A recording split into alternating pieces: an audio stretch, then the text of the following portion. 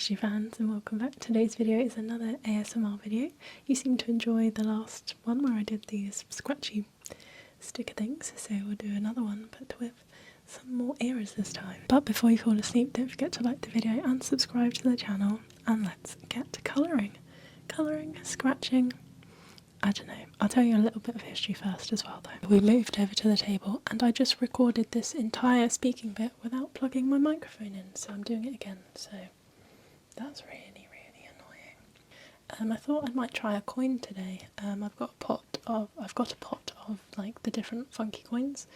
Are we going to focus? And I picked a random one out, and I think this is a Robert Burns one. It says, "We'll take a cup of kindness yet for old lang syne." Yeah, Robert Burns. Anyway, that's not the point. So, the Roman life one, as we saw before. But just for a bit of context for you, the Romans built our first proper towns with the centres used for administration. They're full of buildings and temples, and they built us roads to help with trade and travel. And after all, they do say all roads lead to Rome, and that's quite accurate. Look at this map of the first roads. It's funny. Well, not funny, it's clever. The streets were neatly planned in straight lines with a square in the middle called the Forum, used as the marketplace or for meetings. The shops and offices and government buildings were all there, which means that this is definitely the Forum. Yep, Forum scene. The Romans also brought us running water and sewers, and very impressively aqueducts that were bridges that take water across to towns. Towns all had the same layout, like a grid, with the two main roads. One would take you north or south, and the other east or west, and where they met in the middle was the Forum. Then the next one. Now I have done some research on Tudor towns, and I've just realised this is a royal banquet, not necessarily Tudor, and not even a town. But I think we've got Henry VIII and Anne there. We've got some other Tudor royals at court, and look, we've got Bottom from, is it Queen Titania from Midsummer Night's Dream? I'm not sure. But anyway, I'll tell you about a Tudor town as well. So Tudor towns were very busy as well. Tradesmen would all live and work in the same street usually. The Shambles was the street where butchers and slaughterhouses were, just to make things easier.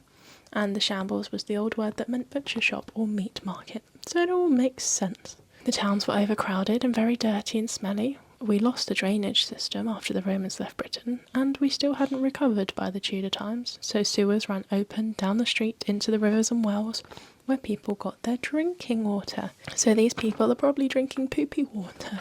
And also any type of waste was just thrown out into the street, so diseases spread very quickly. Houses were also built really close together, so the streets were really narrow, which you'll notice in some towns today where they still have Tudor remains.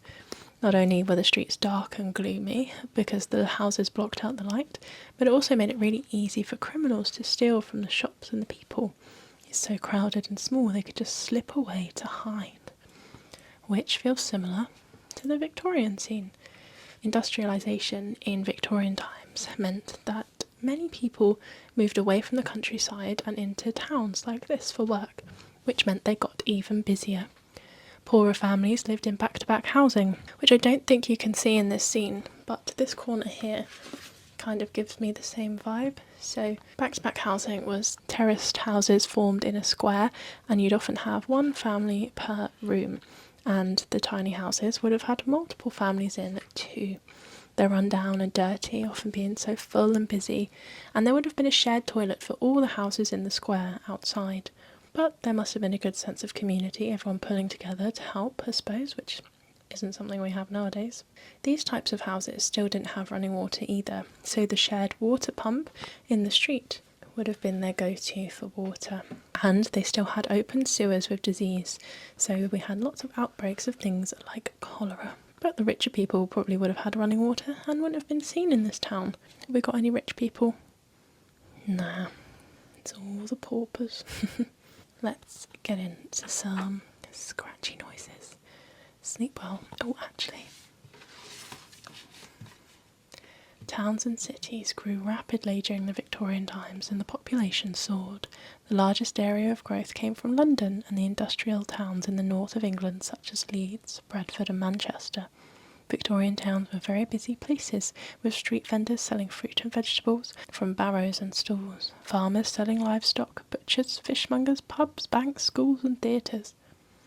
Carts, cabs and trams were pulled by horses through the streets, and men rode around on early bicycles, which came to be known as penny farthings. During both medieval and Tudor times, a large part of the population lived in or very near to the major market towns.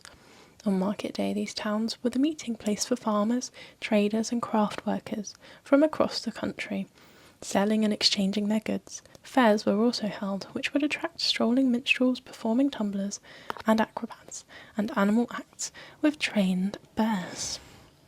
But let's go back and do some more Rome. Sorry, I have just moved you again, but just so you can see what I was doing a bit better. Let's start with this guy, since he's right here.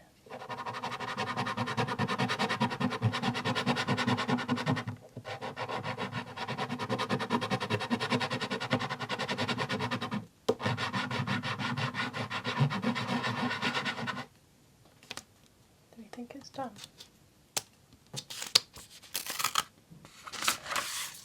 Look at that.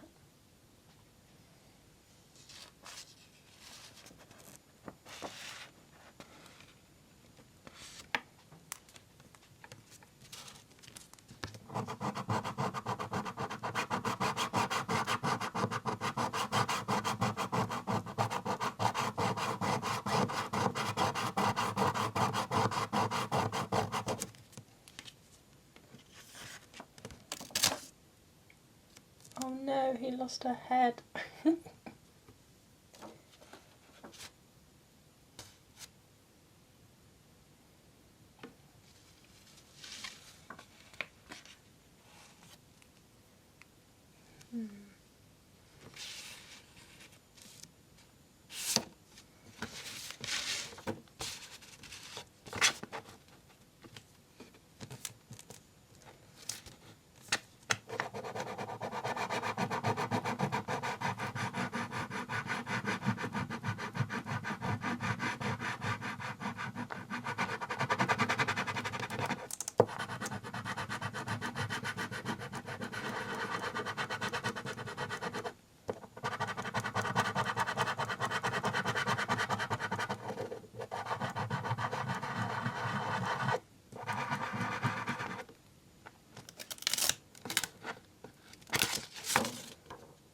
He lost some of his head too. Oh well.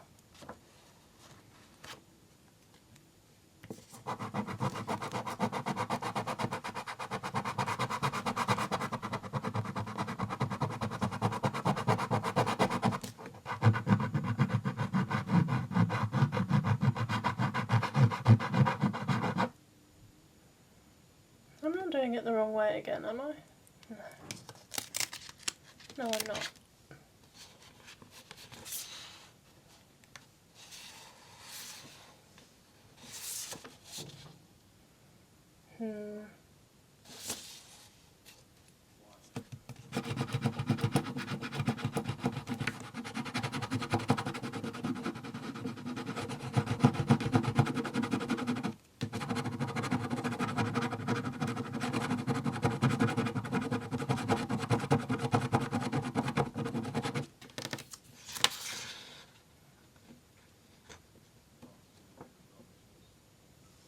There's a tiny little thing for the temple.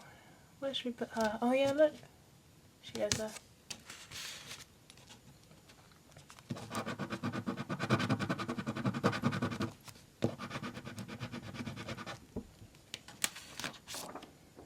There you go. Add the little soldier guy. Where should he be?